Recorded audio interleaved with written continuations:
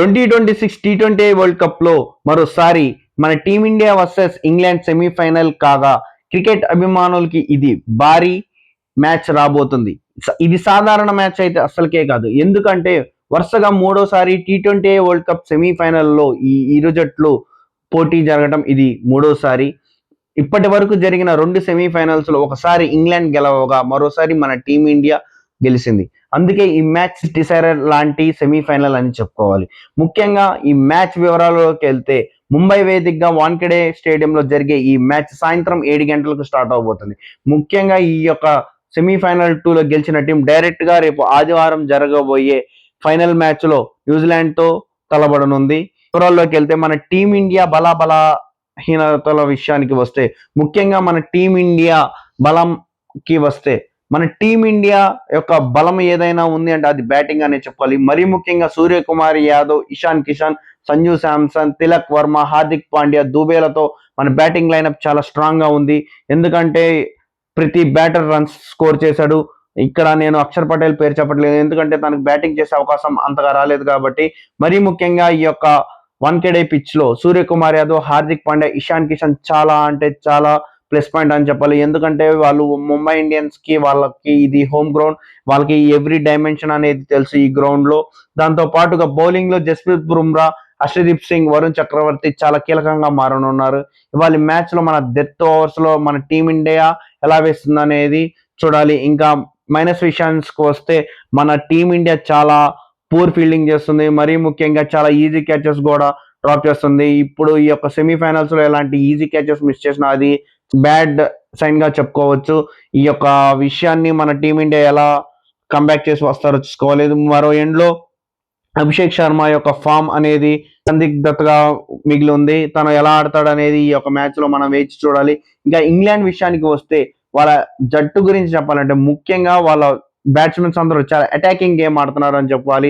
ముఖ్యంగా వాళ్ళ ఓపెనర్ అయిన Phil Salt, Harry Brook, Sam Curran, Jacob Bethell, Tom Banton, Will Jacks వాళ్ళ players చాలా మంచి ఫామ్ లో ఉన్నారు. కాకపోతే జాస్ బట్లర్ ఫామ్ అనేది చాలా ఇబ్బందికరంగా ఉంది. కాకపోతే ఈ యొక్క వాంఖేడే పిచ్ పై తనకి చాలా మంచి రికార్డు ఉండటంతో ఈ మ్యాచ్ లో చక్కటి బ్యాటింగ్ చేస్తాడనే నమ్మకంతో ఉంది ఇంగ్లాండ్ టీం. దాంతో పాటు వాళ్ళ యొక్క బౌలింగ్ లైనప్ లో మాత్రం అంత భారాన్ని మొత్తం మోసేది జోఫ్రా ఆర్చర్ తో పాటు ఆదిల్ రషీద్ అని చెప్పుకోవాలి. ఇంకా వాళ్ళ యొక్క ఏదైనా బలహీనత ఉంది అంటే వాళ్ళ యొక్క మిడిల్ ఆర్డర్ అనేది చెప్పుకోవాలి. వరుణ్ చక్రవర్తిని ఎలా కౌంటర్ అటాక్ చేస్తారో అనేది మనం ఈ యొక్క మ్యాచ్ లో చూడాలి. కాకపోతే విల్ జాక్స్ ని కౌంటర్ అటాక్ చేయాలి. ఎందుకంటే విల్ జాక్స్ ఈ యొక్క టీ20 వరల్డ్ కప్ లో చాలా చక్కటి పర్ఫార్మెన్స్ చేశాడని చెప్పుకోవాలి.